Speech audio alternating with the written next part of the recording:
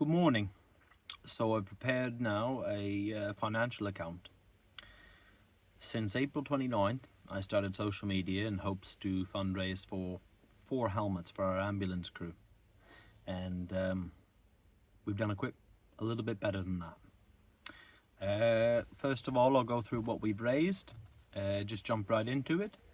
There's 3 ways to pay: through my PayPal, Bax transfer from the UK, and Swish from Sweden. You can also send an e-transfer to my Aunt Jennifer. All these details are in my bio in Instagram. If you come from the UK, if you come from Sweden, please use Bax, please use Swish. I really do appreciate this. Since April 29th, we have raised $1,930 from Bax transfer from the UK.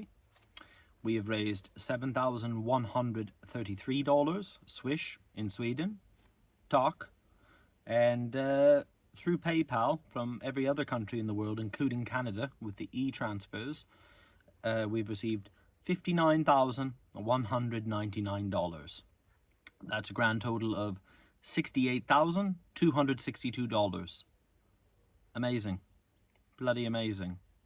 I'm going to quickly go through all the expenses and explain them. We have spent $17,450 on vehicles. That was the purchase of 2 Mitsubishi Pajeros, 1 donated directly to Hospitalers Battalion, Team 22. Another Mitsubishi Pajero I took with me to the Zaporizhzhia line, Donbass, and I blew it up in 10 weeks. Sorry about that. Also, for the price of 3,300 euros, we purchased a Kia Sorento diesel, and that is being donated to Versha Tankova Brigada, the 1st Armoured Brigade, to their medical stabilization team. I thought that was a very good purchase through the help of Ben, a mechanic from Germany, who got it at a fantastic price, and that enables their 4-wheel drive capabilities. Biggest issue I encountered with them was towing regular ambulances through the mud for a kilometre or 2. The only other vehicles they have capable of doing it are Unimogs, which are a giant Mercedes diesel, like a 4-person ambulance. It's inefficient. Okay, so that was a great purchase. I never raised a fundraising platform, but the price was so good and the opportunity. I will do a post on that. We're handing it over today. Spent on generators thus far, $16,429. So that includes 12 diesel generators I've purchased just recently. 10 of them remain in Germany due to a mechanical breakdown on the transport vehicle. They will be here within 30 days on the next supply run. We've secured 2 of them here, and I purchased a diesel generator for 1st Armoured Brigade originally in June, because I identified they had a lack of power on their stabilization. So that's what started the whole generator fundraiser. We've also had 3 generators donated, 1 gasoline, petrol, benzene, wherever you come from, and 2 donated outright by my friend Jan in Germany. So total there, that's 15 generators. I will continue fundraising for more generators because it just seems to be such a big hit. Okay, so radios, I've purchased 2 10-watt Baofeng radios to maintain communication with the team if I continue to do civilian evacuations or on casualty evacuations. So those are the 10-watt radios, so they've got quite good range. Clothing, I've spent $450. A lot of that was actually purchased, well, I've purchased bits and bobs here and there. When I was evacuated to Dnipro Hospital, when I was allowed out, I had no clothes. Okay, so, but there's been a few things here and there. Vehicle maintenance, $2,900. When I got to Kiev from Germany the first time, there was simple works that had to be done on both Pajeros. So I just wanted to hand the one over to battalion in good stand. The other Pajero, there was ongoing work, brakes, discs. God, what was the most notable one? We had Stu, the Scottish mechanic, the alternator. Had to buy tyres for that, 700 euros. That also includes the paint job on the newest vehicle, which was donated outright, a Nissan Patrol, to replace the Pajero I blew up. Okay, so there was ongoing maintenance there. That's for me personally, for the vehicles I've driven or I've purchased. There's been various medical supplies, preventative, $400, little things I could purchase. Not everything's for free, okay? The Armoured Brigade, Wyższa Tankowa Brigada, all my time posted with them, I actually spent a lot of money on food. Some people had some things to say about this. Most were happy to see their donations go direct to troops. Pitbull energy drink, it's like Red Bull here. Chocolate. They didn't have milk for 6 weeks once, so, but when you're buying for a large group of people over the period of a month or two, it really adds up. We actually spent about $2,600 just on feeding troops snacks. I don't know how to feel about this now continuing, because we do have bigger projects. Maybe it's a bit wasteful, but it's really nice. It's a nice thing to do. I've donated $1,000 early on when I began to the hospitallers, directly to battalion, because I thought, well, at least pay for my own meals when I'm serving with them in a volunteer battalion. $800 to Hugs, that's helping Ukrainians Grassroots, a Canadian organization, and I purchased tools for the mechanic there. We had a drunken Irish mechanic, good mechanic though, and those tools went on. He went off to work with an ambulance group that brought in about at least 20 ambulances to Ukraine. So I don't know where they are now, but I suppose and I pray they're still used for good. To Ukrainian volunteers, I separate foreign and Ukrainian. Ukrainian volunteers, we've donated $3,000. Either through PayPal transfers or cash. Now what those are, that could be an activist. Activists are locals in towns where we do the evacuations. They would arrange how many people can come on the day, to assemble them or direct us to where they go, to collect the people, advise us if there's any health conditions to be aware of. And quite often I've given them money, well, I say probably about 4 or 5 times. They might want something like, can you bring 20 liters of fuel for our generator? I'll pay you. Well, no, you won't, because I fundraise here, and this is money to help Ukrainians, and we have the money. Quite often, bring them cigarettes, bring them bread, bring them little food things that they request out in the villages, whether they be 2 kilometers or 10 kilometers from Russians. A lot of them live without power. So I've donated to activists, also to army volunteers. A lot of people don't understand the term volunteer. In Ukraine it has a different meaning. Often it comes with official paperwork. Some of the ones who help with evacuations. One, I sent a PayPal to Olia for $1,000. She's worked for 5 months with no income coming in as a volunteer. Her mother takes care of her son. She was under immense financial stress. I gave $1,000. I think through Instagram, I told many Ukrainians who've donated to me, please donate to a Ukrainian. They don't have the gift of English, you know, just to keep her in the game, because she's a great leader. That's one example. Dimitri, who I work with, you see in the stories, I've paid for his car repairs sometimes, twice. I think like maybe, not serious, but like $200, $150. It all adds up. To foreign volunteers, people like Tilda from Sweden, they smashed up their Land Cruiser. They were waiting on the money. I gave her the money. I said, well, it all goes round. I hope it does. Andre West from Germany, if we've evacuated 300 people, he's probably done 1,000.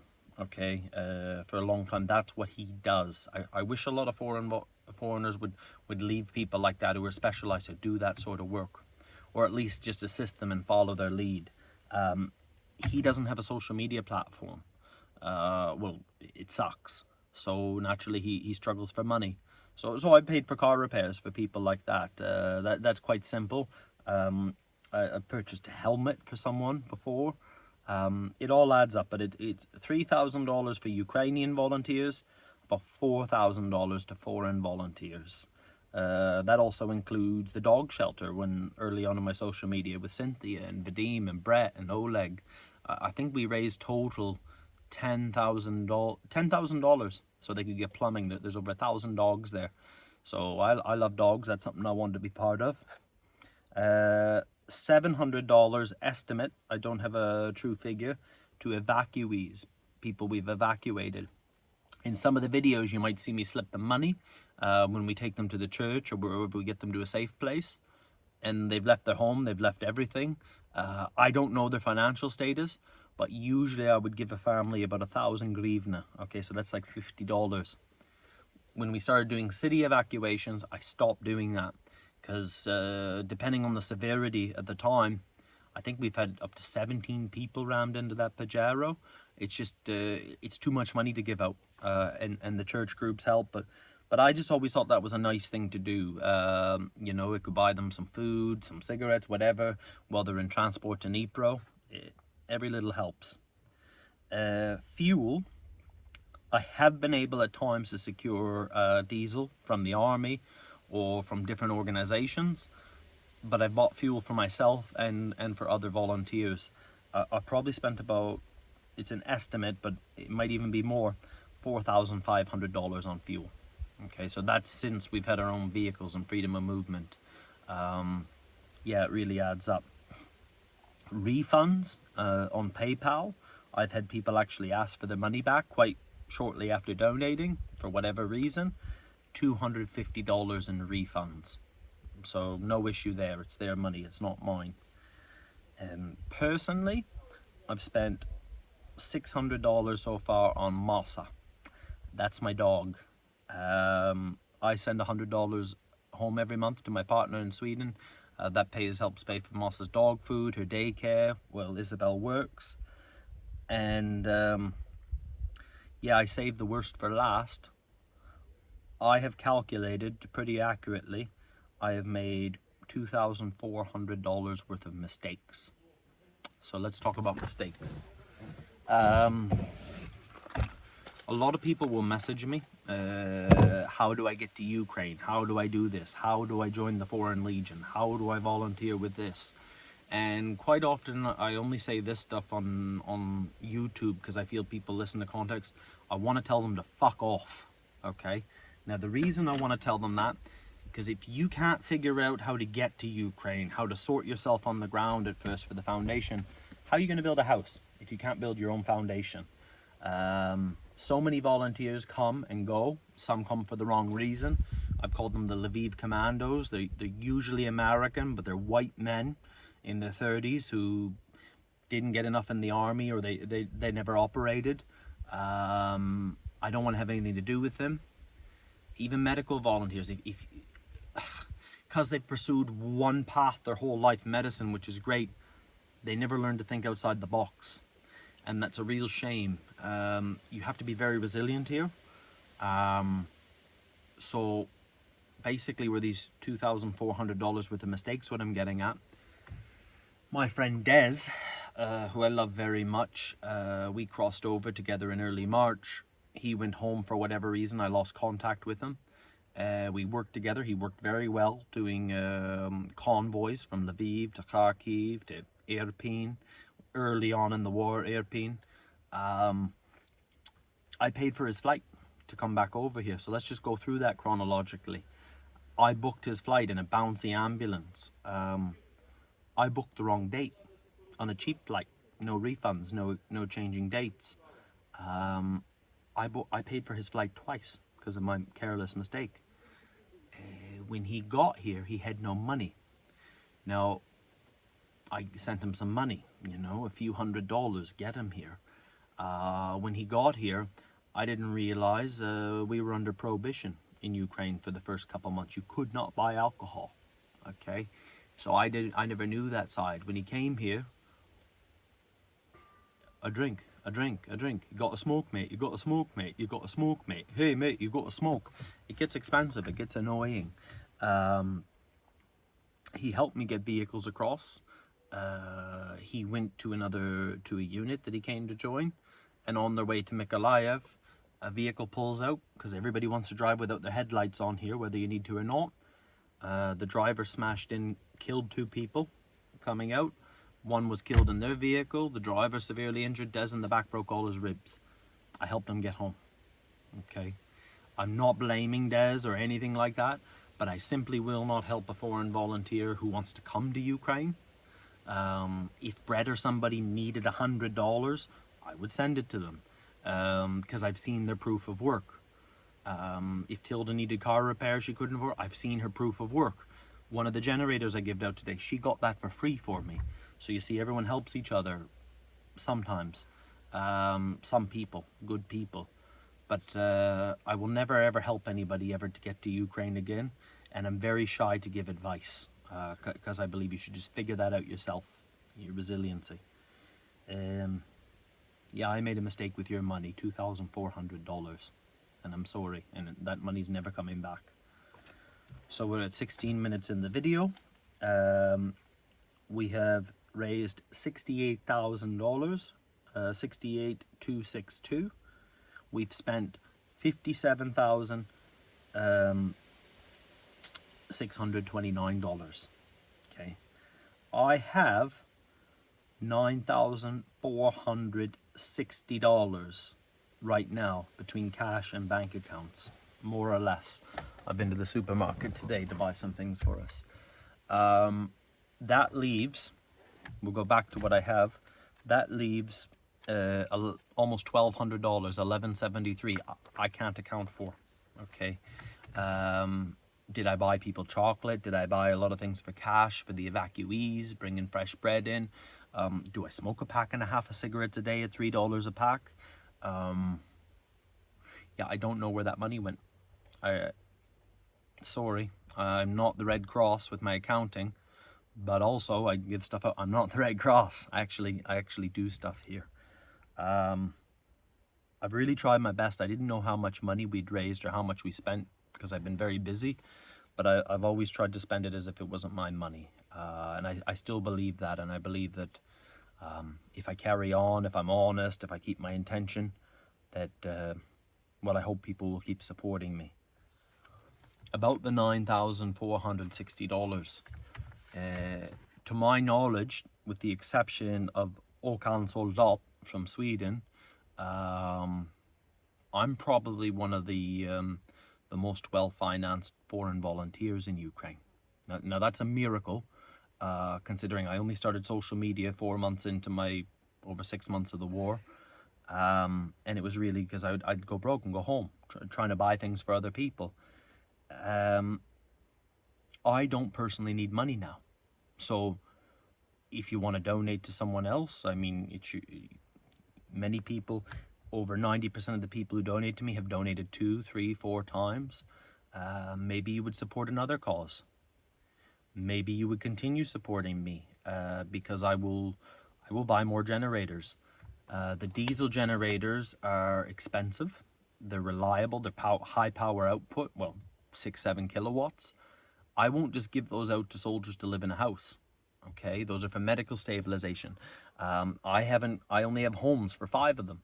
The other 10 that remain that come from Germany, I'm not going to Bakhmut saying, hey, I'm the king of generators, because they'll fucking take it. I'd rather carry on my work and identify the genuine need and say, by the way, I have something for you. It's going to get used, okay? That's what I want to do. But I will buy more generators. I've recently learned the petrol, the benzene ones, well, that can support 5 guys living in a house, okay? Because like Territorial Army, for example, Terabanova, if you're Ukrainian, maybe they do 4 days on the front line, they come back 10 kilometers, they live in an abandoned house. You know, you could run a block heater, everyone live in a room in the winter. You could charge your phones off that. So that's, a diesel generator's wasteful for the way they live in a house, like 5-6 guys.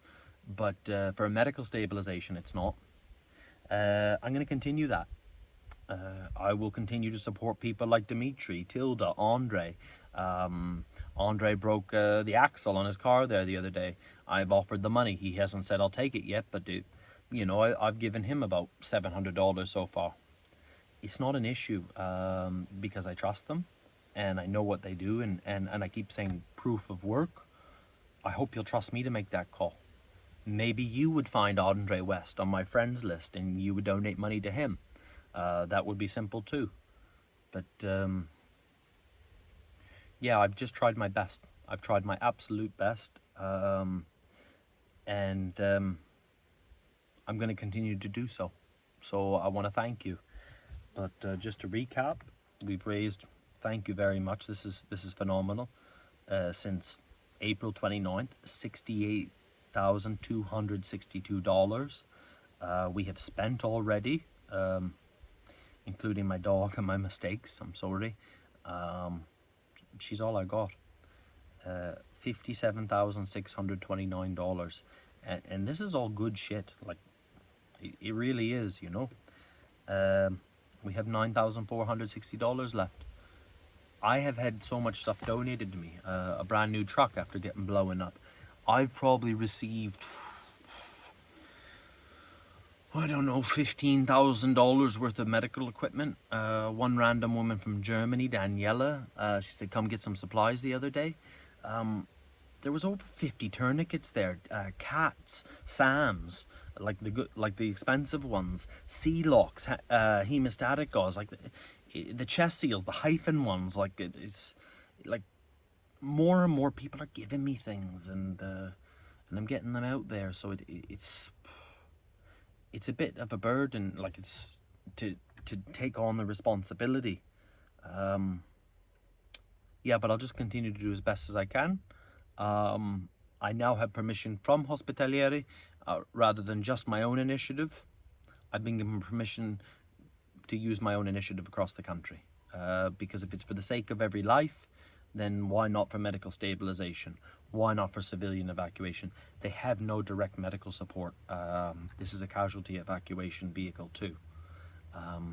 So yeah, I'm just going to keep running with it.